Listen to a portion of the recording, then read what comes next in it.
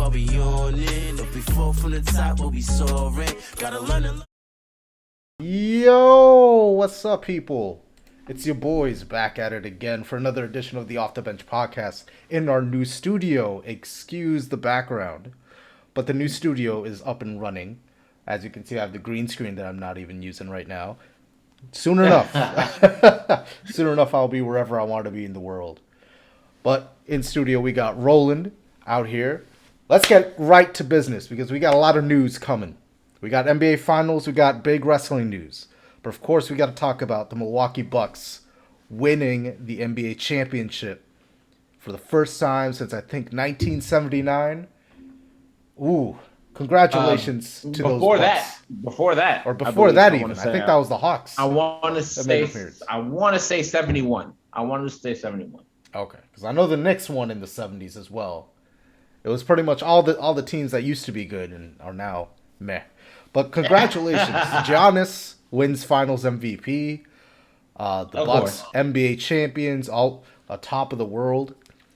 And when I look at these 6 games in its totality, I see one thing. One consistent. Budenholzer, coach of the Bucks, he adjusted. He knew what his weakness was. And that his ability to adjust in the game, he fixed that. Monty Williams, however, apparently didn't heed the advice that we were bringing out to him. Or we said, you need to build a wall. Do what Toronto did. Do what Miami did. Build a wall around Giannis because you know he can't shoot outside the paint. And that way you can secure a win, which they did the first 2 games, mind you. One of them without CP3.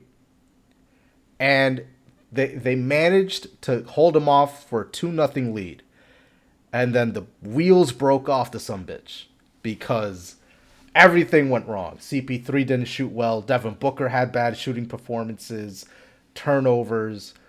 DeAndre Ayton was seen as the only guy that could really defend Giannis. Jrue Holiday and Chris Middleton stepped up big. And honestly, it was Monty Williams not trying to adjust, in my opinion. Monty Williams not adjusting to what Budenholzer and his adjustments were in the finals. To start off, what I got to say, I got to start off congratulating the Milwaukee Bucks on the second title for the franchise, and much deserved kudos to Giannis, who last time we spoke, I came out and made the claim he was now the best player in the basketball, and he did not disappoint with a 50-point performance to ice off what was an amazing finals by him. But like you said, George, you hit the nail right on the head there with the Monty Williams just did not seem to be able to make the adjustments nor want to make the adjustments to slow down the Milwaukee Bucks in their game plan. It was very obvious. I mean, and, we bring up the wall. We bring up, throw different bodies at them. Double teaming, you name it, we mention it when you start talking about how to guard Giannis. But as great as Giannis performed, he was hitting everything. I mean, mid-range shots, turning around, fadeaways,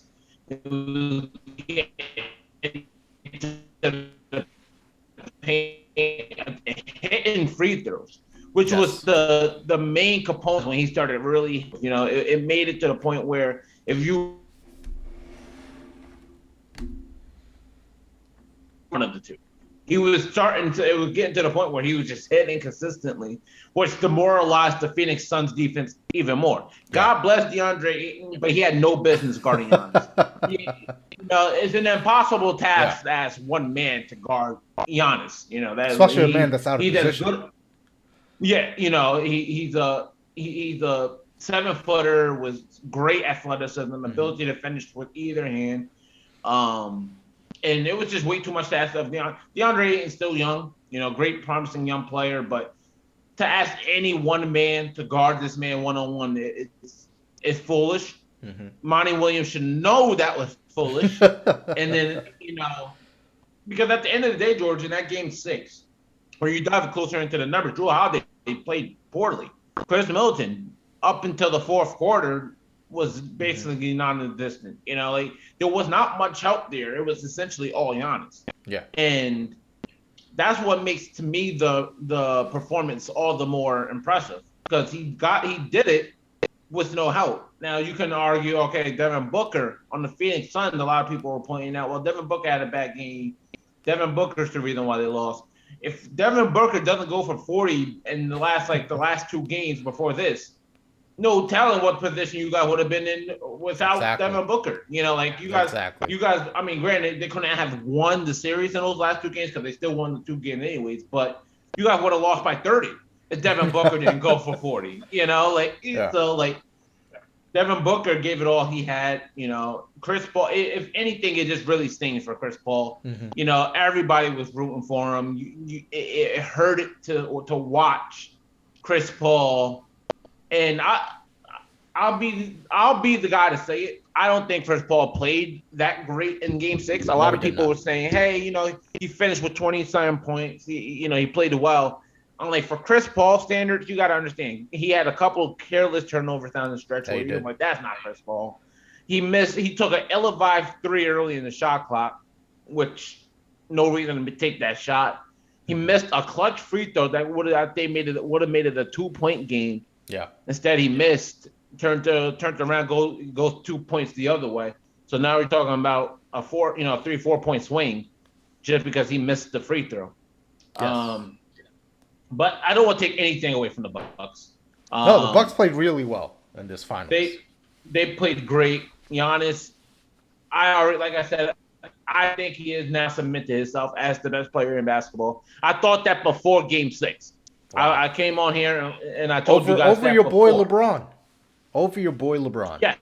Yes, over my guy LeBron, over my guy Kawhi. I think not Giannis KD, not easy money sniper. No, because he beat Easy Money Sniper. It comes down to, and a lot of people blame Roland, Kyrie. Kyrie was there the first 2 games. Mm-hmm. Kyrie was there the first 2 games. Dayton Harden was there from essentially Game 2 on. Yeah. I can't, I can't discredit what I've seen. Yeah. Kevin Durant, hell of a player, top 3 player in basketball for sure. But we're talking about a guy in Giannis who gets it done on both ends at an extreme clip. And it's just now starting to really hit his peak. I want to ask you, George. There was a question shot on ESPN. I found it very interesting. But I knew my answer. And it was, would you take Kevin Durant's 2 rings or Giannis 1? And I don't see how you cannot want Giannis 1 ring. Because Giannis 1 ring weighs the same if not more than the 2 rings that Kevin Durant had. Well, it's the whole thing with KD where he left a potential dynasty in the Thunder and with Westbrook to when he was up 3-1 against the Warriors and went and joined the Warriors to get those easy, and he was ring chasing at that point because he was thinking to himself, I'm in year 10, I don't have a ring yet, I can't stay in OKC forever, I need a ring. Which, you understand on the one side where it's like, you're a top player, where's your ring? LeBron has a few, and Kawhi already got his from the Spurs, so you're way behind on your competition. So you can understand, maybe I could go for some rings. But with the thing with Giannis is that this is one of the very few instances in the NBA where the team drafts a player, they draft around him. Mind you, the Bucks, they've been trying to experiment different lineups around Giannis for years. Not soon after they drafted Giannis, they drafted Jabari Parker, thinking that they would be the 2 best forward combos in the league in the future. It's crazy how it worked. Because it was, I believe, 2 months after they drafted Giannis. 2 months after drafting Giannis, they acquired Chris Middleton. Yep. And they did. So Chris Middleton and Giannis have been there from the beginnings. And this is a team that really didn't have the same role players for years. For years, they couldn't compete. And Giannis, credit to him, he came in 18 years old, weighing what I weighed when I was 18 years old, like 157, something like that. He put on over 50 pounds of weight, and he got a little brolic because he knew, look, I can't shoot inside the arc. I don't have a good perimeter shot. I know when I attack the paint, that's where I'm good at. I'm good around the rim. But in order to get to the rim, I need to get a big body and tower over all these dudes and attack the paint ferociously. So Giannis, he built his stuff up, and apparently PJ Tucker, I think, is the big key here because his acquisition, because we already knew that with Jrue Holiday they're going to be better, but were they going to ascend to where they are now? But that PJ Tucker pickup was huge, and he's coming off half a season of where Houston was putting him all over the lineup. He was playing point forward, he was playing center, he was playing the 3, the 4, the 2 at some points. Houston didn't know what to do with him. They were just throwing him on the floor to throw him on the floor. And you know, so I think PJ Tucker's acquisition, that helped a lot in their finals run. But I would definitely take Giannis's 1 ring, mostly because the front office trusted you. They made you their franchise player. They did everything they can to surround you with the best players. And turns out in this instance, it worked out. Not a lot of instances it doesn't work out. And kudos to Giannis last year when he could have opted out, became a free agent, turned down that Supermax, and easily could have went rain chasing. He could have easily went to Miami. Could have found himself on the Warriors, a Miami, a Philly. He could have went anywhere. You know, it would have an endless amount of teams trying to reach out to get Giannis. But he said, I got drafted here. I owe this franchise. It was very LeBron-esque when LeBron went back to Cleveland, where it was like, I owe this franchise a championship. At least if I don't get them the championship, I'll stay here until I try. You know, I'll die trying. Essentially, with the thought process behind Giannis when he re-upped last year and he rewarded them the following year with a championship. Their first one since Big O and Kareem Abdul-Jabbar did it. Yep. A long time ago. And like you mentioned, they did it with many different role players. They tried different combinations for years. They had Malcolm Brogdon, a great player for Indy. It didn't pan out for them. Eric Bledsoe, great two-way player. Didn't work out for him. They had both Lopez brothers with Robin and Brook. Managed to able to keep Brook, had to let Robin go. He didn't work out. Ilyasova they had for a period of time. Didn't work out there. Jabari Parker they had. Didn't work out as well. You know, like you go through the list, and much how you said that Houston moved PJ Tucker around, early in Giannis' career, they were doing the same thing with Giannis. They didn't know where to play him. And, you know, and kudos to Coach Bud, because when they hired Coach Bud from Atlanta, he was a decorated already head coach. Was bringing. He was, I think it was 4 out of the 5 seasons they made the playoffs, and then they made one of the seasons they made the 1 seed coming out. Yeah, they were the 1 seed. I remember they lost to LeBron, I believe, in the Eastern Conference Finals. You know, but before that, we know he worked under Coach Pop. You know, he's a great, brilliant mind. But the seat was gonna get warm for him. If they did not win the championship, there would have been, okay, maybe Coach Bud is not the guy to lead his organization, which I thought was going to be a mistake. You know, because Coach Bud, every year he's been there, has steadily improved. They've gotten a lot better. Yeah, and even you can see it in Giannis's game. Every year, the Coach Bud is just been better and better and better. And I couldn't be happier for a group of guys to, you know, win the championship. Obviously, there was a lot of, you know, stuff that happened. There was a lot of unfortunate injuries along the way to a lot of key teams that a lot of people are like, hey, that probably wouldn't have happened if this team was healthy and this team was healthy. You know what? Let's nip that in the bud. You know, can't we just be happy for the team who's raiding the trophy at the end of the season?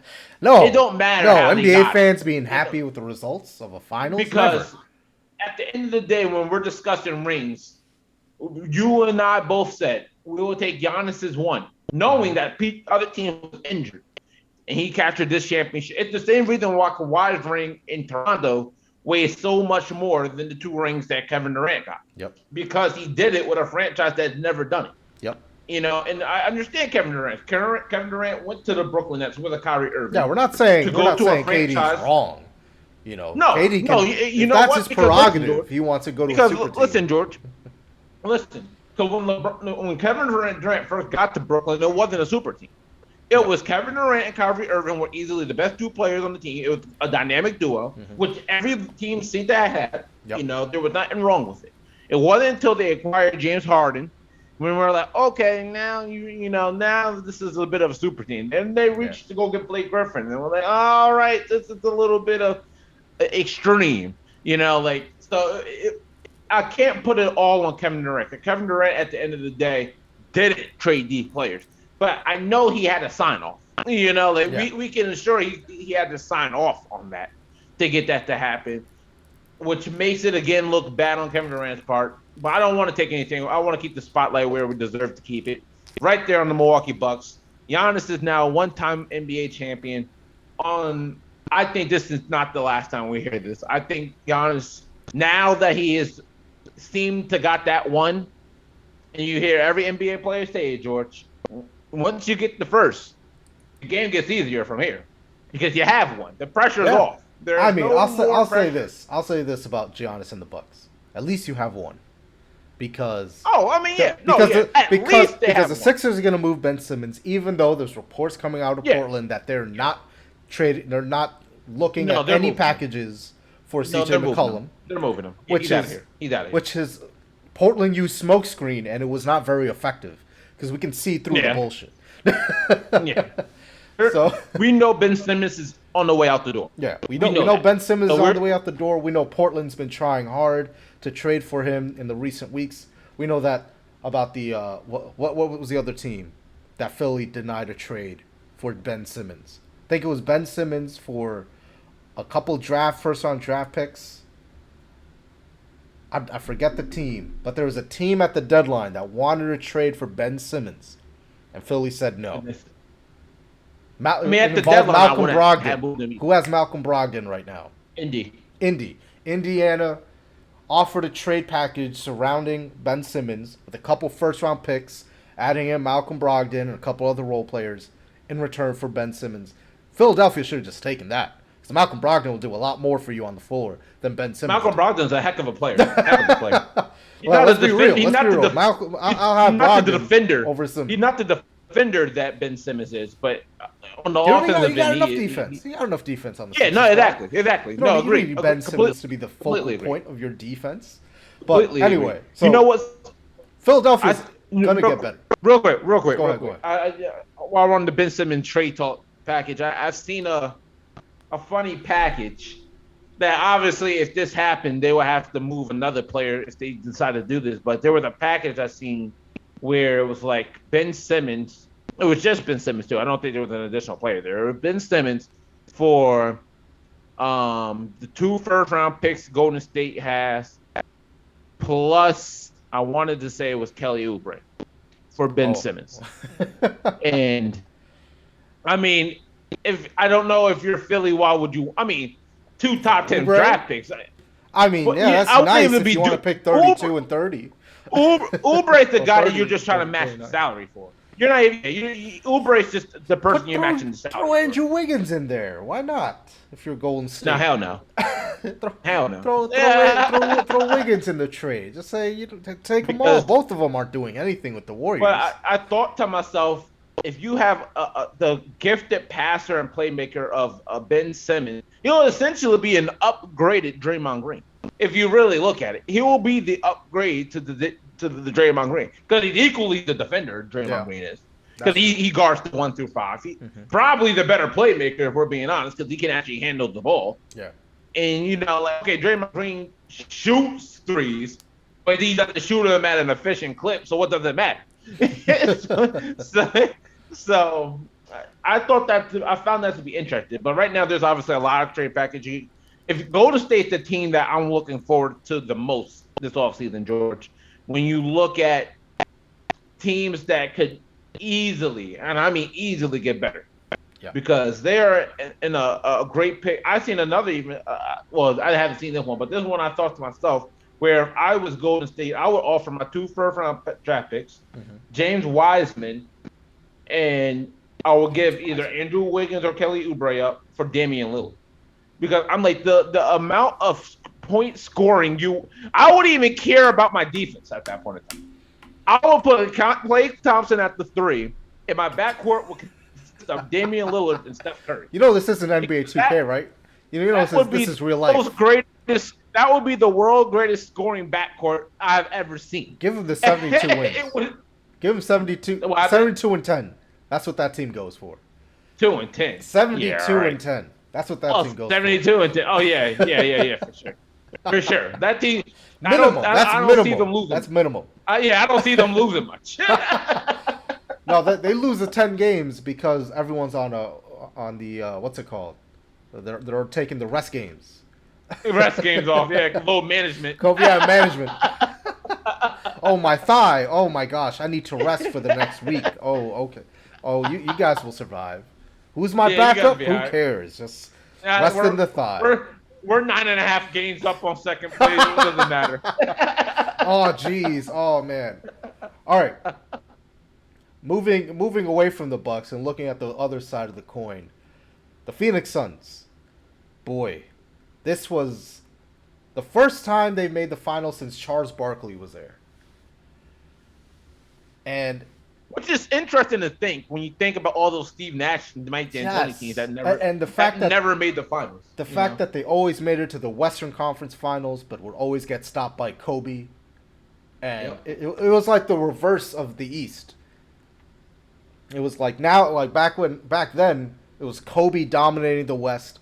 Suns would always be that team that would have this new system, the 8 seconds or less scoring by Mike D'Antoni, and then boom, Kobe hits right at the Western Conference Finals, right when you have the most hope. Yep.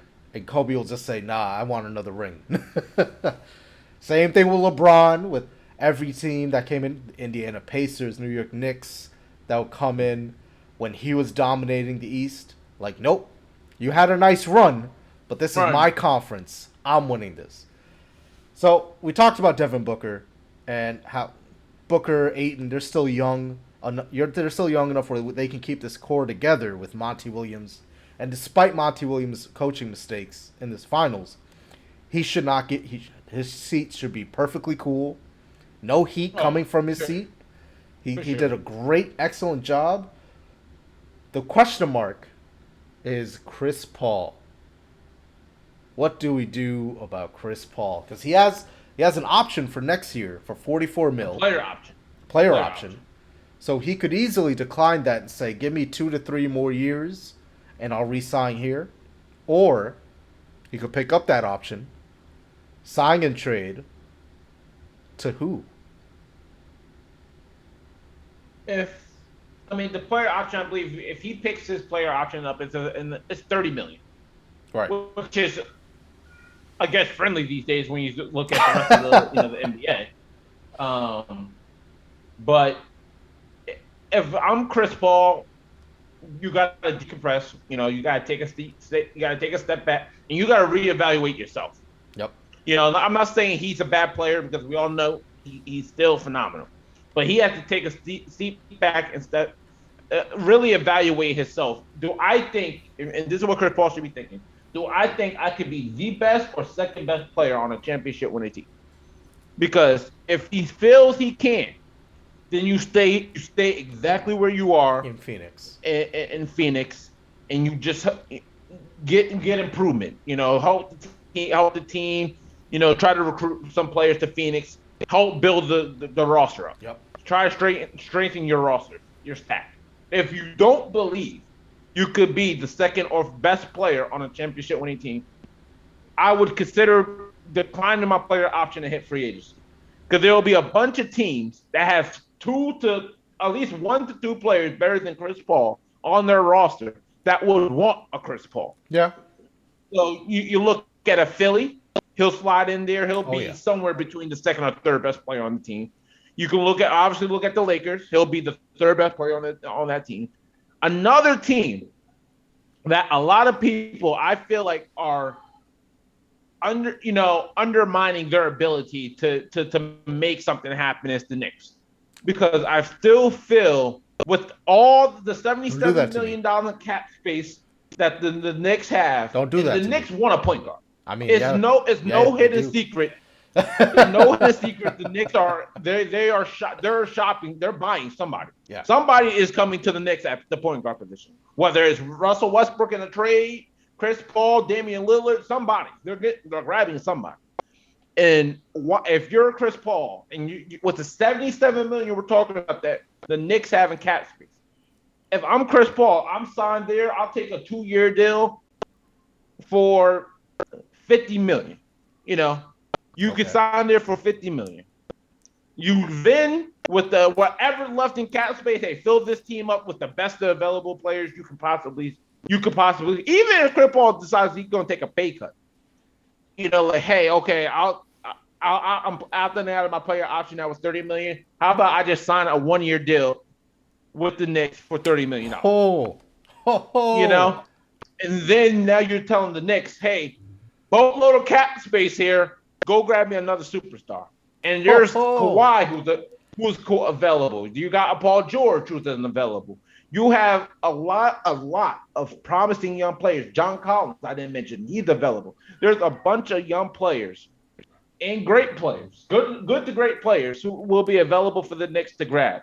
But it will then, like I said, this all depends on what Chris Paul's thinking is, what his logic is. Does he think he can be the catalyst on a championship winning team? Now the thing with going back to Phoenix is that I'm sure Phoenix will want to welcome him back. Be careful with the salary and give him probably not give him the 3 years he'd want. Probably give him 2 years, maybe a 1-year deal. But Cameron Payne played really well in this finals. You have to resign him. You have to resign him. Because Cameron Payne, when Chris Paul was struggling, he came in and revitalized that offense to an extent where they would go on a mini run and get back into the game. And Cameron Payne... It was Cameron Payne, even when the Suns were playing great and the Chris Paul left them with the lead, Cameron Payne made sure he didn't spoil the lead. Oh, yeah. And I think Cameron Payne really learned a lot from being Chris Paul's backup, where he could say maybe it's cheaper to stick with Cameron Payne, have him run the show now that he's had a year under Chris Paul. The team obviously benefited a lot from Chris Paul's tutelage. And Chris Paul, we could just say, you know what, the money's a bit tight. We need to keep this core around. We need to pay Devin Booker, DeAndre, whatever excuse they're going to use. But damn, the Knicks. Now I know there's reports with the Knicks that they're obviously interested in Damian Lillard, obviously interested in Chris Paul, but a name that keeps. I seen a package, George. I want to get your thoughts. It was just this. I don't remember the net players. I know it was something along the lines of Damian Lillard getting shipped to the Knicks for an Emmanuel Quickley and RJ Barrett. And I wanted to know what your thought process behind that would be, because then you're giving up two really young pieces who are essentially a core of what you guys are building. But granted, you're getting a Damian Lillard back in return. So I wanted to get I'll let you finish the point you were going with that. But what you would think if you've seen a package of that emerge. I don't like the idea of RJ being shipped out, because I think he's starting to come into his own. He's starting to become the scorer. He's got that scorer's mentality now, where he didn't hit a sophomore slump until the playoffs, which is all great and good for the regular season because they made the 4 seed. But when the playoffs hit, you could see that he had the nerves. He wasn't shooting really well, and for Julius Randle to succeed, he needs RJ Barrett to shoot just average, just 5 of 10 or whatever. His normal clip. Yeah, his normal clip. His normal clip. But the name I keep hearing come around the Knicks, and I think this is a really good backup option for the Knicks. Colin Sexton from Cleveland. Because Cleveland is trying to they have too many point guards. They have too many things. They have too many guards. Many of everything. They have too many centers. They have too much everything. They don't know what they're doing in their rebuild. No one knows what they're doing. Kevin Love is a name who keeps coming out as a Cleveland as well that they're looking to ship as well. So Cleveland is selling a lot this offseason. They're selling hard. But Colin Sexton is interesting because he is a scorer. He is very ball dominant, almost like a Westbrook type of player. But it's his passing ability. And that's what Chris Paul is just. That's why he's the point guard, because he's able to distribute the ball into places that would benefit his teammates and that the defense isn't even aware that the opposing player is that open. And that's why Chris Paul is the point guard. He just doesn't have a ring next to his name. But the Knicks have to ask themselves... You prefer Colin Sexton over a disgruntled De'Aaron Fox, who also could be on his way out of Sacramento? And that's the thing, and you have to... both of them are two really young guards. And you have to ask one, what's I like De'Aaron Fox promise a lot more. De'Aaron Fox is very explosive, which I like.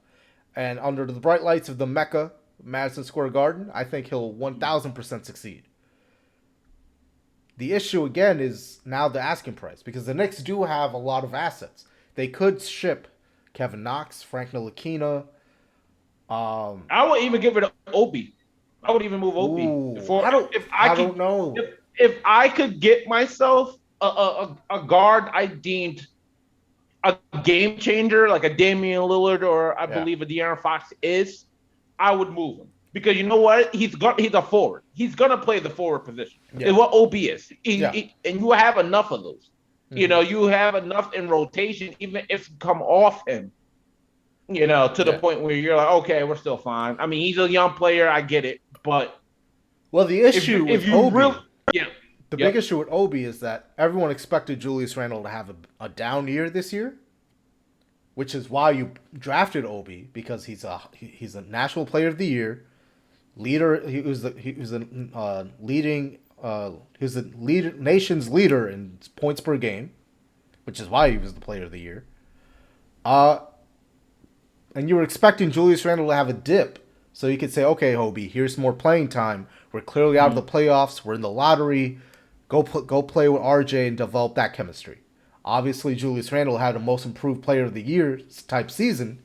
So now that forward position is locked. I would only move Obi Toppin if and when Julius Randle gets that contract extension. I'm not talking about 1 or 2 years. I'm talking the max. You are one of our franchise centerpieces, Julius Randle. I would imagine that's going to come this year. I don't know exactly. That's the thinking. I don't know if he'll get, let's say, the max per se. But could I see him signing a 2 to 3 year deal worth of $75 million, $80 million? I could see him doing that. But it comes also down to the point, like you said, what the Knicks value Julius Randle? Did his playoff woes diminish what he did for the regular season? Yeah. Because if it doesn't, then they're going to pay the man top power forward. Yeah. But if he's willing to come down at least a couple of $1 million, shave something on the cap, I would keep him, because Julius Randle is still young. Still a young player. Oh, yes. He's one of the younger players they have. Yeah, still ton of upside. And, his ability to score, he's an efficient paint scorer. Yeah. He's good from the field. I just wish he plays a little bit more defense. That's the only thing I ever wanted out of Julius Randle to begin with. My whole thing when he was on the Lakers was good offensive player, doesn't play hard enough on defense, nor does he crash the board enough for me to be like a big, So I feel even if the Knicks keep Julius Randle, they'll have to go grab somebody. If they do re-sign him, then I'm all in favor of trading Obi Toppin, because you don't want to do this kid a disservice. No, by just having him sit on the bench, just be a bench warmer, only come in during. Because right now that was Frank Ntilikina, and I thought Frank Ntilikina was going to strive under Tom Thibodeau, but every time Frank Ntilikina, even in the playoffs, he would come in the last 30 seconds of the game, which if you ask me when I used to play lacrosse to put me in the last 30 seconds of the game, and I give up the game-winning goal from the opposition, I'd say, well, yeah, no shit. We gave up the opposition. I just got in. It's been 40 minutes, and you put me at the 41st minute, sir, in a 42-minute game. Of course, I'm not warmed up at all. of course, I'm gonna be a little rusty and I'm gonna need some more time. I can't give you the all-out defense in 30 seconds Okay. when I've been sitting down on the bench all game, only for you to say, you know what, you're really good on defense. If I was really good on defense, I should be out in the game from the first quarter on. Yeah, I should be at least seeing 15 minutes. Yeah, at least if I'm that good at defense, the way they praised Frank Ntilikina to be good at, and sure he had a handful of games where he played around 10 to 15 minutes, but it wasn't enough. That's not enough, in especially in a shortened season. So I could see the Knicks, if it's not CP3, if it's not Dame Lillard, because neither have expressed any interest to leave their current situations. Even though CP3, I think he might go to a place like Philly and reunite with Doc Rivers, That's try what to I'm win thinking. one with him. I don't, as much as the banana boat friendship is strong. I don't think he's going to go to the Lakers because I don't think that's a good fit. Neither is Westbrook Neither to the do I. Lakers. But we'll get into Westbrook later. Yeah. So it's just a matter of, okay, I help this young. I think CP3 is now in the mode of I'm helping young teams reach the promised land, because in New Orleans he couldn't win a chip, LA he couldn't win a chip, and now in Phoenix he couldn't win a chip. And Phoenix was really like the last young team that was like, we were right there. We just need that extra veteran presence. If he joins the Knicks, could they make a run? I mean, with Milwaukee, with Philly, with Brooklyn as your top three, and you couldn't even get more than a victory out of the Atlanta Hawks the way they're currently constructed. I don't know if you could say, yeah, the Knicks, barring some crazy injury year like they did that, like with the Bucks experience this year, maybe they could make the finals, but I think the Knicks need to focus more on guys like De'Aaron Fox, Colin Sexton, and say, okay, we made it to the first round. We lost in 5 games. It was a gentleman's sweep. We need to get to the second round. So we'll build that. Because there's not a lot of free agents. You have to trade for a lot of these guys. Because a lot of free agents are...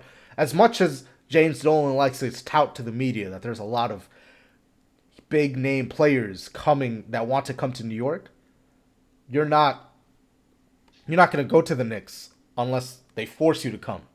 Like a De'Aaron Fox or a Colin Sexton, where you're like, you're a young player. We'll build this young core. Most of the team, I think, is still under 30. As far as I know. So they're actually pulling a rule out of how I play my sports games and Madden and 2K and even the show, where I don't take, if I'm rebuilding, I'm not taking anyone over the age of 30. Because you're a veteran that is looking for a ring, and we cannot provide you that ring, sir. But I see the Knicks. De'Aaron Fox could be a very good option. And again, it goes back to what the other teams are going to ask for, because the Knicks, they have the picks, they got the players. Who knows what Sacramento or Cleveland are going to ask for? I think Colin Sexton is the more likely choice, because Cleveland's just saying, take him. We don't want him. Take him. Yeah, I think for sure, just due to the amount of guards that they have there in Cleveland, it's most likely, it's no secret they're trying to shop Sexton. I do anticipate De'Aaron Fox to be moved. I don't know how quick or eager they are to make the deal happen, but that's another Luke Walton, thing. I think, is still coming back for another year at head coach. So you could say that. I believe so. And you can argue that Sacramento is going to give him one more year before they fire him to see if he can make it work. Because they did barely just miss. Excuse me. They barely just missed the playoffs, the play-in tournament this year. I think they were down by a couple of games. But yeah, I think they're about 4 games back. They're about 4 games back, which in an 82-game season, and I think they just voted that the play-in tournament is going to continue for next year. Who knows? They could make that 9 or 10 seed and fight for a chance at the playoffs. So I look at, real quick before we switch over, what do you think about the rumblings of Russell Westbrook? Seems the Lakers are very all in. I don't like the fit at all. I don't like it. I don't know what the obsession with the guard position. Yeah. that the Lakers I have? understand it. No, I understand it because the point guard is a position of need for them. They do need another ball handler there outside of LeBron. Just the names that are being attached, though, like the return. Dennis Schroeder. Yeah, Dennis Schroeder was really was a huge mistake, Yeah, and that so showed throughout this year. He is there for the bag only. He don't care about wins, losses, playoffs. So here's my take on the Russell Westbrook experience. I'm not saying it can't work, but I want to say for it to work, LeBron James has to be on the phone with Russell Westbrook before a trade is even made. Yep. To understand and assure that when he gets there, he's not going to try and take over the LA franchise because he's a UCLA boy, Roll. Westbrook, he's a California boy. Exactly. We don't need him thinking this is his show because he did the same thing with Kevin Durant. Kevin Durant, much better player than Russell Westbrook. Russell Westbrook felt he should be taking the shot.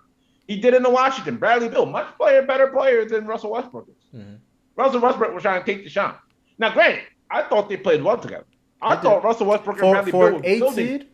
I thought they were building something in Washington, which is why I was even shocked to hear Washington was even considering moving him. Because I'm like, you know what? You got something here with Bill and Westbrook.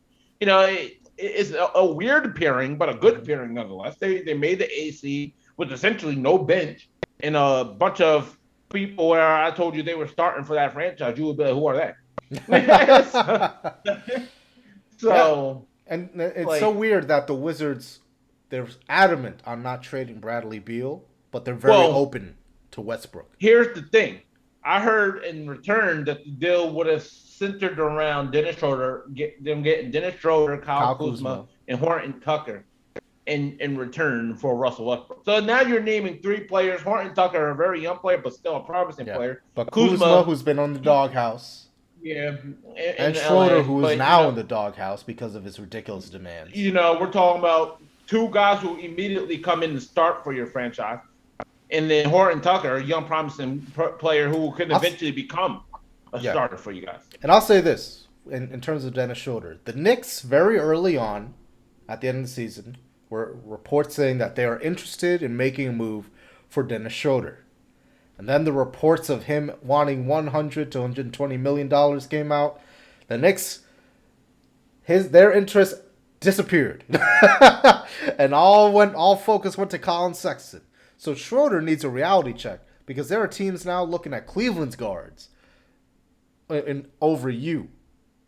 When these Cleveland guards are much younger than you, much less experienced, have little to no playoff experience, and you, who just played with LeBron, should get the payday you deserve. Not $100 million, but a nice payday where you could say, "Yeah, I'm a pretty good player in the NBA." And now teams are looking at you like you are fucking crazy. Well, yeah, but I do agree Dennis Schroeder is not a bad NBA player. I feel like Dennis Schroeder is a starting caliber point guard. Not for $100 million, though. No, not for $100 million.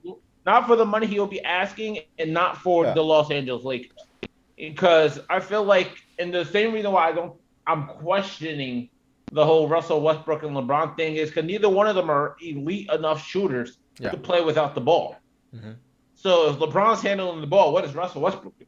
Because if he's sitting on the 3-point line, if whoever is guarding Russell Westbrook is cheating to the paint, because you're just going to let Russell Westbrook shoot the ball. Yeah. It's essentially what you're going to let happen. You know, so it's interesting. I find it interesting. I don't think it makes the Lakers the overwhelming favorite to get out the West. No, like some people are saying. They need a lot more help than just getting Russell Westbrook. They need a lot more shooting. Yes. You know, I would like them to re-sign a Wesley Matthews. I think he's a good 3D guy for them.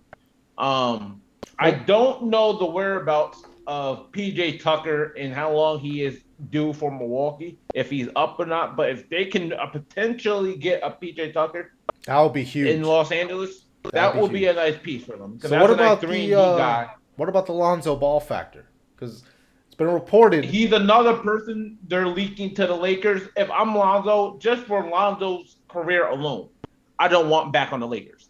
Not because anything against. I will go to the Clippers if I'm Lonzo. I'll play for the Clippers, but I won't play for the Lakers just because of all what happened before when you got drafted there. Then all that happened when you got moved.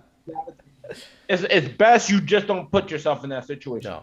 If the Clippers keep Paul George and Kawhi Leonard, then you know what? Add Lonzo Ball to that team. That's a really great defensive unit again. That's a really elite defensive unit. Yeah, you can have the defensive Rondo, but someone that actually has a perimeter shot. Exactly. And that's what Lonzo is right now. He's a young Rondo that can defend. He's long enough. He's got the wingspan. I am hearing, though, that I don't know how true it is, but Philly is also seen to be pretty all in on trying to get Lonzo Ball as well. Basically, I think any point guard needy team is focusing. Yeah, on should want in. But you also got to look at there's point guards like Mike Conley, who's going to be available this year. Veteran, yep. Great year in Utah. Yep. Great reassurance year in Utah. If I'm the Lakers, I'll take Mike Conley before I take Russell Westbrook or Lonzo Ball. Oh yeah. I'm calling Mike Conley up first because he'll definitely come cheaper. He'll definitely take the vet minimum. Cheaper. He'll definitely take the vet minimum just to play with LeBron. He'll shoot the ball. Mm-hmm. He's a playmaker. He checks the boxes. Even if you keep Marc Gasol back, Mike Conley played with Marc Gasol. I don't think Marc Gasol's going back. They clearly showed their disinterest. I don't know if Marc Gasol returns to the NBA next year. That's my thing. I don't know if he's even returning. Look, man, after you win that first ring, everything comes easy. Retirement comes easy. Easy. He made his money. So yeah. The Lakers have a lot of questions because they need to ensure Anthony Davis's health. They need to ensure LeBron's health because both of them left. Both of them were injured or injury prone towards the end of the season. Yeah, LeBron was fighting through an injury. Anthony Davis flat out just couldn't play because of his injury. So and then you had Andre Drummond who was injured as well. And that's the thing. So if Marc Gasol is contemplating retirement or going back to Spain to play, then do you keep Andre Drummond? Did Andre Drummond show you enough for what the price is? And it's Andre Drummond going to say, you know what, this was fun, Lakers. Even though he's come out and publicly said he wants to go back and join the Lakers again this year for another run. At what cost? Yeah. Because now you're just Anthony Davis's backup at this point. Well, he'll start. He will start. No. He'll start the center position. No, he'll start the center. So okay. Anthony Davis flat out said he doesn't want to play center. Okay. Flat out don't want to play centers. But then who's backing either of them up? And that's what who's going to back them up? Who's your backup center? Who's your backup forward? Which is why I said I would, if I could get Marc Gasol back on the veteran minimum, I'll bring Marc Gasol back because he's only going to play 2-3 minutes a game anyways. You're not playing heavy minutes to begin with. I really want JaVale McGee back. I really want JaVale McGee back. That's what I really want back. He's going to earn a payday now that he's on the Olympic team, and he's going to earn a payday from a center. He might even go to the Clippers. Knowing that I don't know. I don't know about that. but again, sure, Anthony Davis at the 4, Andre Drummond at the 5. But then who's going to back them up? Because Anthony Davis is definitely 1,000% going to do the load management now. Now that he's injury prone, yeah, sure. now he's been through all these injuries. Him and LeBron should do the load management thing. But then who's going to back them up? Who's going to play for them? Because they were what? They were such a low seed when they were hurt. Which is why I think they pushed the chips in for Damian Lillard. I give anything I can to get Damian Lillard. Right now, without LeBron and AD, they went from you about to say seed. Damian Lillard is carrying potato chips to the playoffs now. So let him keep doing that. He's doing a great job. But you know what? Even with Lillard carrying potato chips, he still made it farther than LeBron. Well, a higher seed. That's the thing. A higher seed. And that's why. Hear me out, George. That's what I'm saying. You can low manage LeBron and Anthony Davis when you have Damian Lillard. Who's gonna play? You're gonna put a bunch of scrubs. You still got good enough players. You got KCP who will return on a cheap deal because that's LeBron's boy.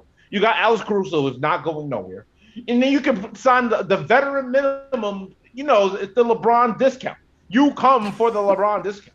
They'll sign somebody that we're just bro. They'll go play there, I guess. And then you're fine. You still got Andre Drummond. Andre Drummond will be the best center that Dame Lillard ever played with. No, not wow. The No. disrespect to Nurkic and Whiteside. Damn. So Damn. that's why I'm pushing all chips in to go get a Damian Lillard. Because then you can low manage somebody. Look, Okay. the Clippers low managed Kawhi Leonard for essentially the entirety of a year, and they still finished at the 4th seed. Yeah, but the Clippers had Marcus Morris backing him up, and he Who's showed with Marcus the Knicks Morris? that he can score Who's 20. Marcus Morris? I don't care about no Marcus Morris. Stop it! I Stop don't it! care about Marcus Stop Morris. it. If that's the case, the Lakers got Markieff Morris. It's the same thing. Better stop that. Stop that. Stop that. Marcus Morris gave the Knicks fan base a month of pure happiness when he scored 30. When he averaged 30 points a game. And then he left you. And then he left you. No, we traded him. We traded him for Emmanuel Quickly. That's what we got for him. We got Emmanuel Quickly. And now you're about to trade him too. No, don't you start. You know what? You can be all in, but I'm all out. I'm all out because we're transitioning. We're moving on. I control the show. I control this show. I control this show. That's the mic. I'm moving towards it. Got the mic right here. Just I control this show. All right, wrestling news. First things first, WWE, 1.9 million viewers on Raw for this past Monday. A lot of people were very upset with this Monday Night Raw. I actually just switched my Sling network so I can actually watch USA Network and watch NXT and SmackDown and Raw and actually go back to WWE. And boy, Friday was fun. Friday's night SmackDown was a lot of fun. And then Raw happened. And okay. The SmackDown product is what it is because the King Roman Reigns is over there. And it appeared, so when you got him going, but at least with SmackDown, there was a lot of different stories happening. You know, they had different storylines happening. Yeah, of course. But with Raw, it was just like, hey, do you like rematches? Do you like watching the same matches over and over again? Well, welcome to Monday Night Raw, where we're just gonna have the same matches every single week. I was peeved off at the fact that they had Karrion Kross come out there, debut. Who's the undefeated NXT champion? No, sir. Jeff Hardy is the NXT champion. Well, it was. That's where I'm going with that. Karrion Kross ran through everybody you named in NXT. Even beat the former champ Finn Balor. Mm-hmm. And on his very first night on Raw, lose to Jeff Hardy, who hadn't won a match since it was snowing outside. So, here's the thing. You know how long ago. Here's the thing about the Karrion Kross debut. One, they stripped everything from his entrance. Everything. From the cool light effect, from Scarlett Bordeaux lip syncing along. She wasn't there. It was just it was pretty much WWE 2K, build your own entrance, use the template they already have for you, and just hit OK. And you didn't do anything else. Nothing else happened. And then oh my goodness. And this has so much of an effect on NXT because now you go into NXT on Tuesdays and you're like, why should I as a viewer care about Karrion Kross after seeing him lose to Jeff Hardy in like 2 minutes? And why would I get excited over him fighting Samoa Joe? Like, why would I get excited? Why should you? Why? Why? He lost already. I seen him lose. There's no allure. Exactly. And then the most they reference it on NXT is, oh, well, he took a road trip to on Monday. It's like, oh, so we're just going to pretend that Monday night never happened? Is that what we're doing? Yeah, he didn't lose. Yeah, that he didn't lose. So we're just going to pretend that never happened.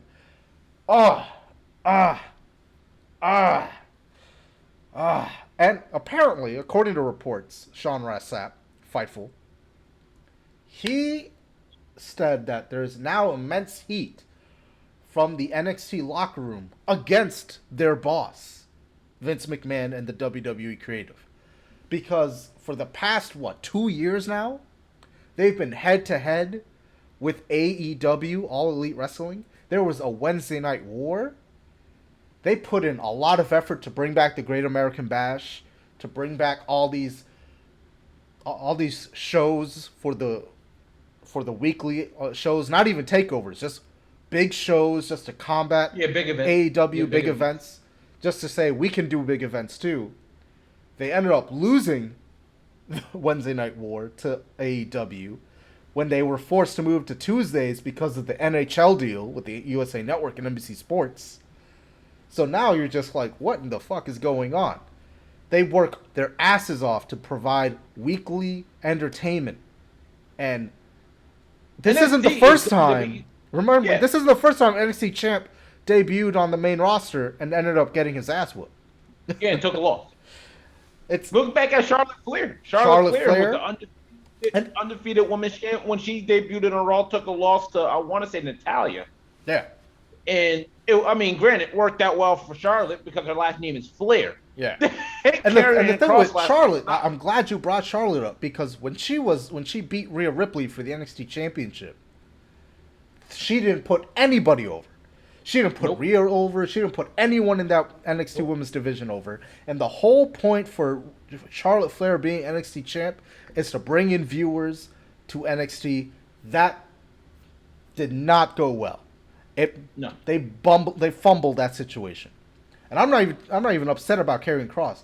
They brought back Keith Lee, because for all of last year, of the second half of last year, they were saying, Keith Lee's in the Performance Center, he's working on his wrestling, and he comes back in front of fans. Fans are going crazy, and then it's just, he's just gonna lose to Bobby Lashley. Oh wait, here's Goldberg.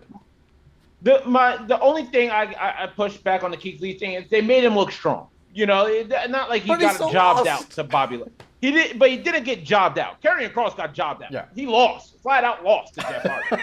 Karrion Kross, Keith Lee looked strong against Bobby Lashley's supposed to be the almighty Bobby Lashley. You have to make your champ look strong. You didn't do all this building for him to look, to lose to Keith Lee in a return. No.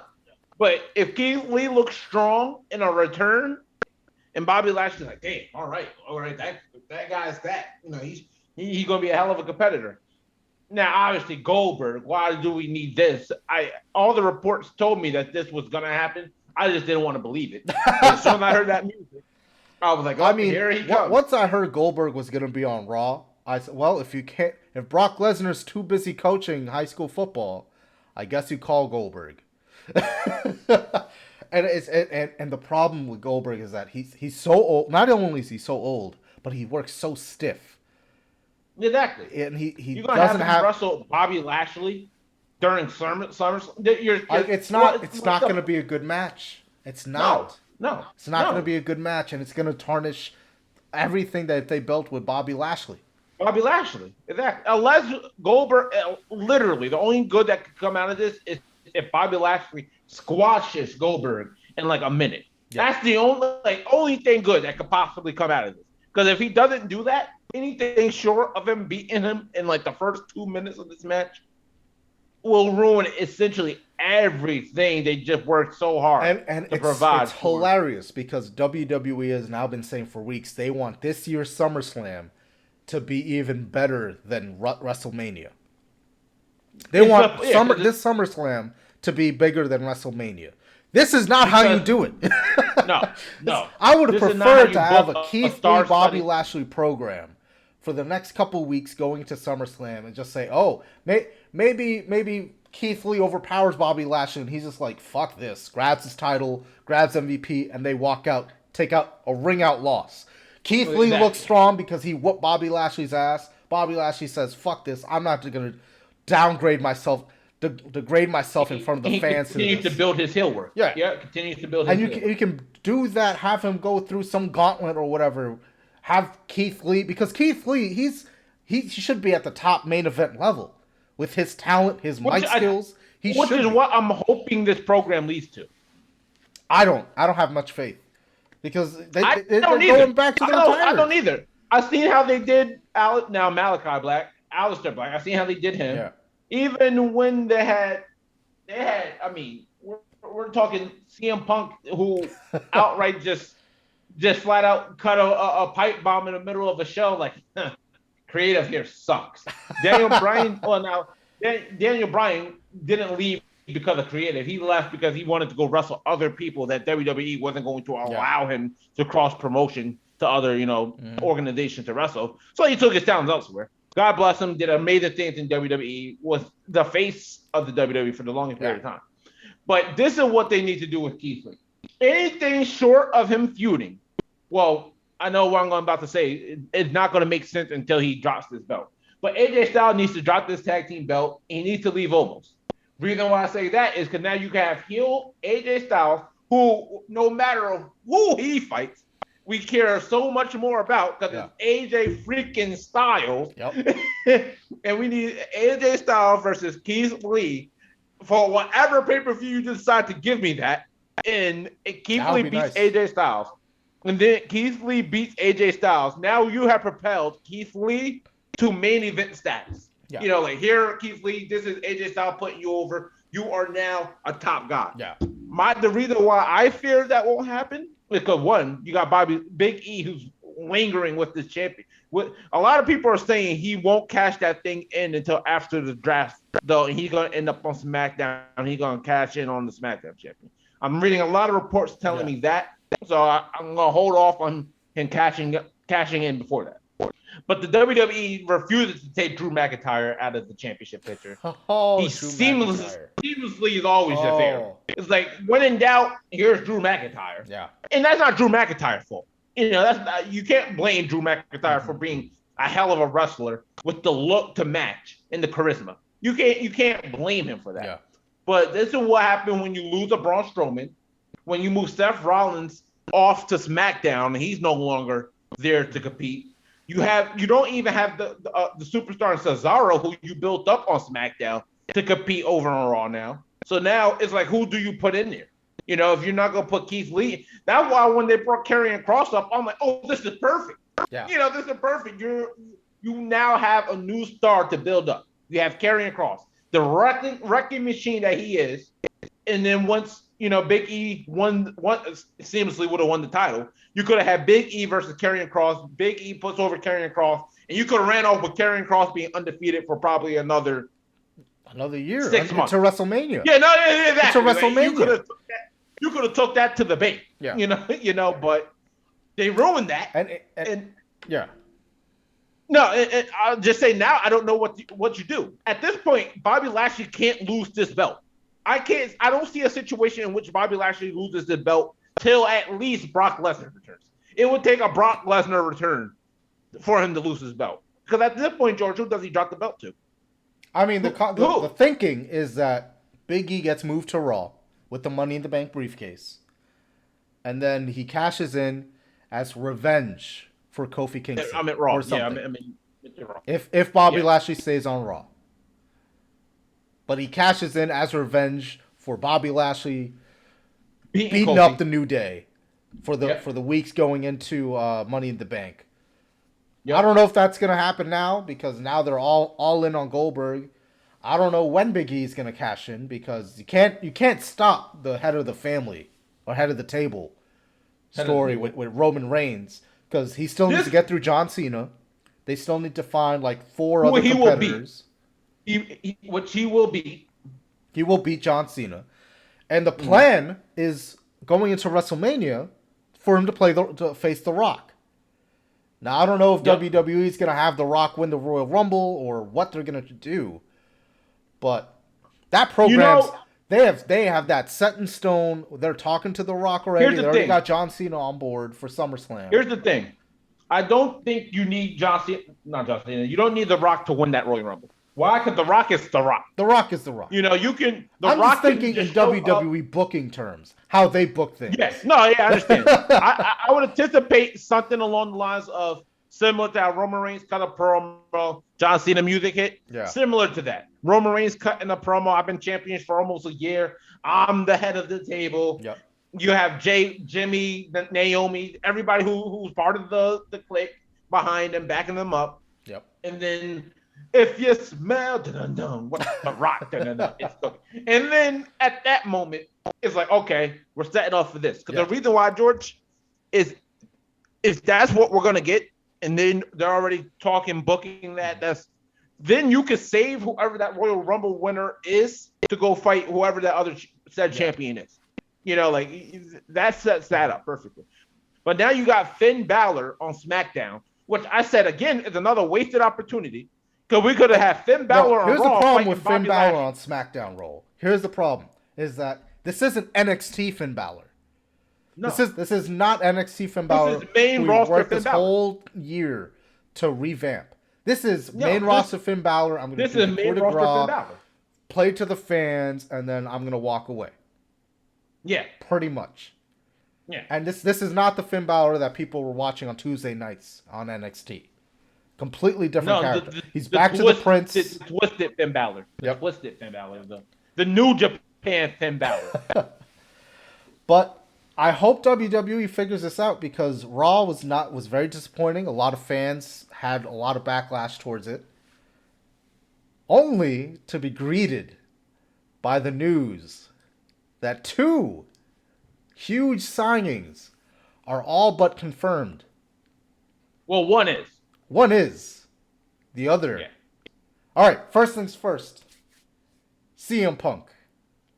Boy, I knew from the minute I saw that All Out was in Chicago. I said they got something for us.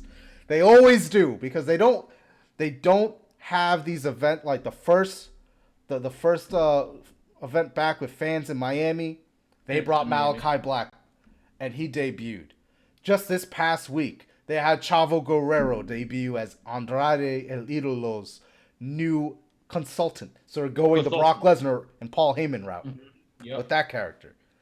There's so much story to be told. CM Punk debuting in Chicago at All Out. Chicago. That would be insane. Insane. And then, of course, there's the other part. Bryan Danielson. Also, practically a done deal with AEW. And you mentioned it.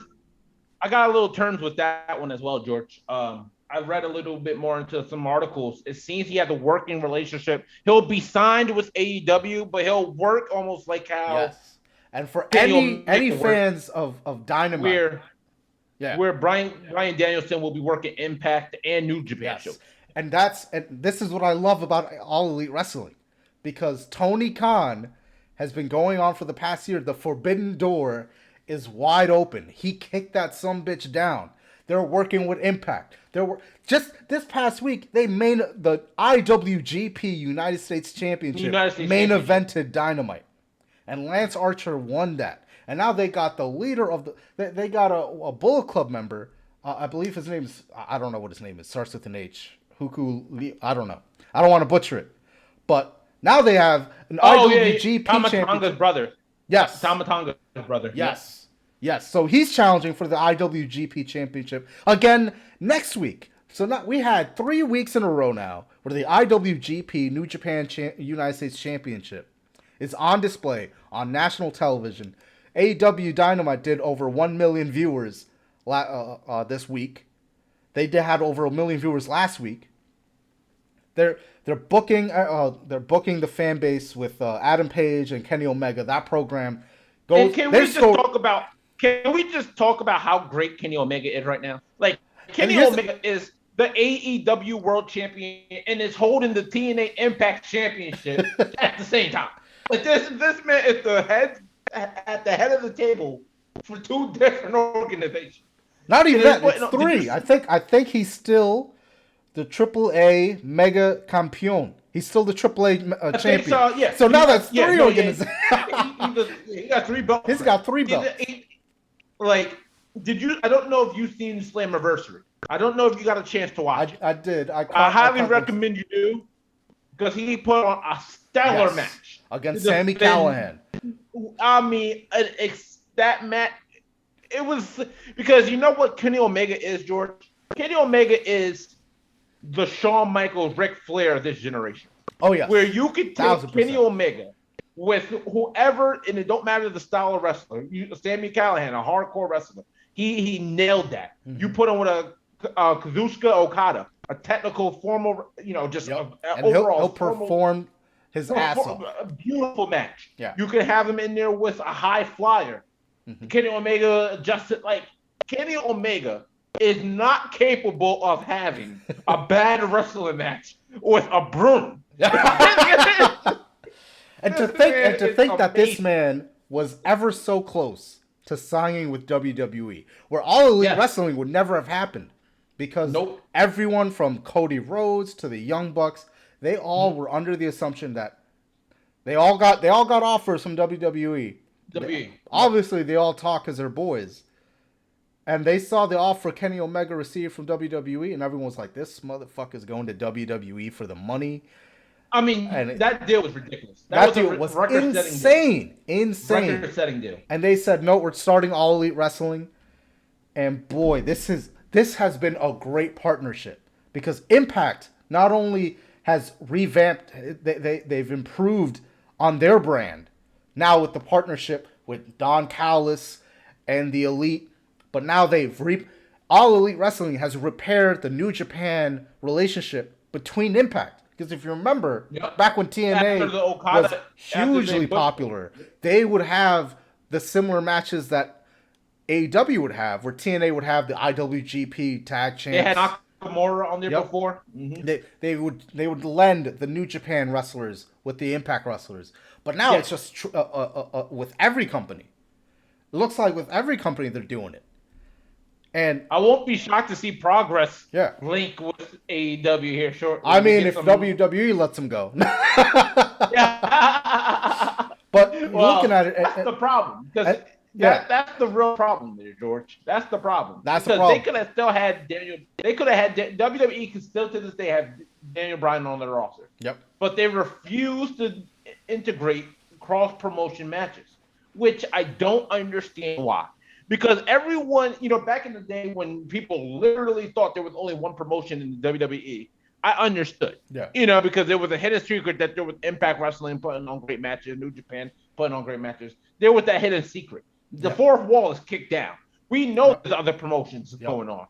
This is WWE's chance. WWE, still to this day, George, as great as AEW's roster is, WWE has the best collection of talent in sports entertainment. They have the names of names. And if you would have said, okay, if they would have kicked their doors down and say, all right, we'll partner with ROH, we'll partner with Impact Wrestling. And we talking about, we could be getting matches consisting of, like, now Kenny Omega, who's the Impact Champion. We could have a match of Kenny Omega, who's the Impact Champion, taking on the head of the table in Roman Reigns. You can't tell me that match wouldn't. That match would reliably sell probably the most buys. It will be similar to a UFC fight. Yeah, exactly. In history. And you mention it, but it's really all WWE, because Kenny Omega, Cody Rhodes, everyone in the executive roles at All Elite Wrestling have said, we would love to work with WWE. Like, we have a great relationship with Impact. We have a great relationship with New Japan. We would love to work with WWE. Yes. It's up to them, though. And WWE, for the past 2 years, have done everything to shame All Elite Wrestling. Where now, in WWE, NXT is no longer the developmental for WWE. They're now the developmental for AEW. Because everyone who gets called up to the main roster ends up getting buried, ends up not having a great run, and then they get released. So then they go to All Elite Wrestling. Not to continue shining on Impact, but Impact secretly putting on great stuff. Did you, at the end of that match with Sami Callihan, did you catch who came out at the end of the match? So for everyone who hasn't seen it, I have fantasy booked this in my head. Jay White debuted on Impact, the leader of the Bullet Club. If you don't know who Jay White is, what I'm thinking is we are having a cross-promotional war. So because AEW, they have the Elite. They have Kenny Omega. Yep. They have the Young Bucks. They have the Good Brothers. They have the Elite. Yep. But New Japan now and Impact have the Bullet Club.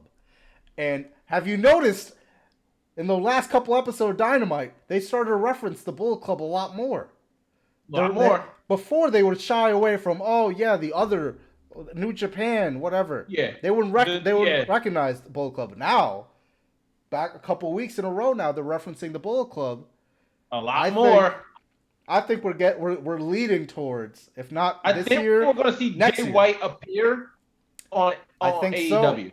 I think we're going to get there. I think, but by either Revolution or Double or Nothing next year, we're gonna have an Elite versus Bullet Club showcase, where it's gonna be everyone from the Elite and everyone from Bullet Club coming in and invading All Elite Wrestling. But see, look at the opportunity WWE's missing out on. Because they got the founder of the Bullet Club on their roster. They have Finn Balor. And Finn Balor can't even partake in this thing. They have probably the best leader of any Bullet Club member in AJ Styles, who turned the group into the hit machine that they are now on their roster. He will have nothing to do with it because he's on the WWE roster. Like, this is the money WWE can make so much money. They really could. This. You know, like this is coming off a year where they made record profits. Yes. yes, exactly. And if you're TNT, aren't you glad if you're TNT, where you're like, we signed the best wrestling company that has get the most attention right now in All Elite Wrestling, because WWE, they're the biggest known. They have the biggest. They're always going to pull views because they're the WWE. But they're the WWE. You know, and that's what it comes down. You already know that their core fan base is anywhere between 1 million to 2 million viewers. Yes. And that's for SmackDown and Raw. NXT, not so much. People have died. People don't watch NXT, apparently, who are fans of WWE. As the numbers show it. The numbers show it. That's their best product. And that's the best product. That's the best product. NXT, and 500,000 people watch that, if at best. But how much do you love that Andrade I like it a lot. I like it a lot. The character is building so beautifully. And here's the thing. The story behind it is because I believe from the reports I saw from Fightful is that the belief was that Vicky Guerrero was initially going to be the manager for a week, and then the following week Zelina Vega was going to debut. And she was going to say, no, honey, I'm his manager. I'm his consultant. Get out of my ring. But of course, she went back to WWE for whatever reason. She went back to WWE. And then they brought in Chavo Guerrero. And when he debuted in front of that Dallas, Texas crowd, boy, my heart, because growing up, my favorite wrestler was Eddie Guerrero. To this day, Eddie Guerrero. So my heart just skipped a beat because I'm like, I cannot believe Chavo Guerrero is in AEW. He's managing Andrade, and now Andrade doesn't have to speak English poorly, and now he has Chavo Guerrero, a widely known name throughout the world, throughout the planet. Yep. That can be his mouthpiece, and I'm just waiting for that Andrade Miro matchup. they are treating Andrade like the big star. Yeah. That he. And the thing is, they're not. WWE, what they usually do is give him the mouthpiece and then immediately into the title picture. But they're doing something interesting here with Andrade and in AEW. They know that AEW formed the Death Triangle with Pac and the Lucha Brothers.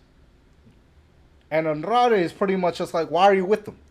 And if you're watching, you're like, yeah, why are they with Pac? Why are they with the former Neville? They're two Mexican guys. This guy's from Scotland. Why are they together?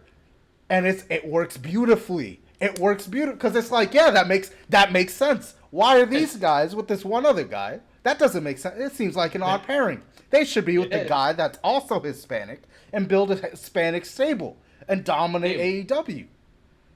And I think that is a brilliant start for a fresh storyline, because now you could put in the moves for one of the Lucha Brothers, whether it's Penta or just to leave the Death Triangle, and now you can have a tag match. You can have Pac versus Andrade, that would be an amazing match because Pac is a hell of a worker.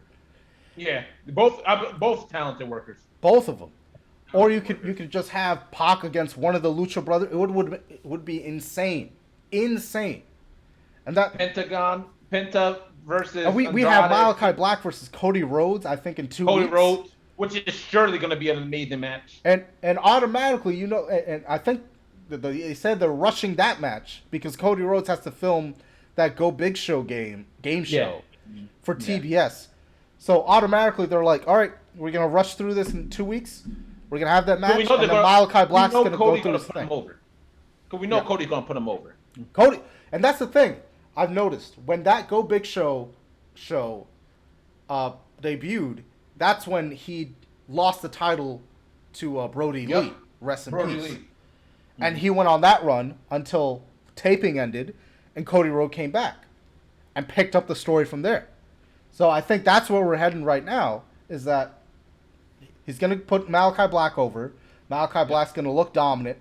Cody's going to make sure he gets all the love and all the praise in the ring. And he's going to go be dominant while Cody Rhodes films his show. Yep. And then they're going to come back at the end of the year for possibly a Revolution for next year and have a payoff match for that. And that's just one of them. The MJF Chris Jericho feud. And this is all there are so many storylines going on. MJF and you're going to throw in Daniel Bryan and CM Punk in the middle of all this? This is insane. Insane.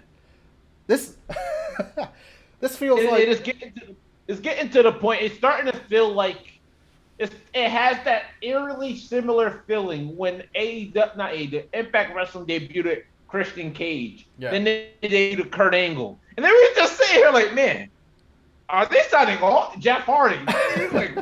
What's going on here? Yeah. The roster at the time was already stacked with just names like Jay Lethal, Abyss, homegrown talent. What I like though is that AEW is being smart now. So they're thinking, and it wasn't supported when they moved the shows to Friday and Saturdays because of the playoffs, the NBA playoffs. But their thinking is that they have the new TV show, Rampage. So now you have 3 hours of wrestling for All Elite Wrestling. You have the 2 hours on Wednesday and 1 hour on Friday night after SmackDown. You could put these big names like CM Punk, Bryan Danielson, and put them on the Friday show on Rampage. You could say they're gonna debut on Dynamite, and you can watch them in action on Rampage for an hour. Rampage. And you could do all that, and you can have multiple storylines. They could intersect. What they're doing now is that they're connecting different storylines with their AEW Dark Elevation YouTube show. So they're starting to connect everything, put everything together, and just say, hey, we have this new show coming up middle of August. Catch your favorite guys on there, and Bryan Danielson and CM Punk are going to debut here. But I can't wait. If All Out, I'm assuming it's going to be at All Out because you don't want to waste that kind of debut. I don't think on regular Dynamite TV on Wednesday, on a regular Wednesday, when you're already doing over 1 million views. Like you don't need, and that's the thing, they don't need them. No, they don't need CM Punk and Bryan Danielson. They don't need them. They're already having over 1 million views consistently week to week on Wednesdays. But they're just gonna get a lot better. There's no bigger name than CM Punk in the wrestling world ever since he retired. He's been the floating name that everyone just can't wait to see return in action, and no matter where he goes. He could have went to back to ROH where he originally started, and I guarantee you ROH would have been the hottest thing smoking because they would have had Phillip Brooks back in action. Oh yeah, but make sure you leave a like on this video if you're watching on YouTube. Make sure you follow us on your podcast streaming platform, and follow us on Instagram at Off the Bench Pod, where we will have I'd say weekly Instagram live sessions. I'd say weekly. Not a specific They're about day. weekly. They're about weekly. We have Instagram live where we have Instagram live debates such as this one that you're listening to right now. So make sure you follow us on Instagram, like us on Facebook, and more importantly, subscribe and like to this video on YouTube. Helps us get a lot more traction and build a lot more. But thank you guys so much for listening to the Off the Bench podcast. We'll catch you later.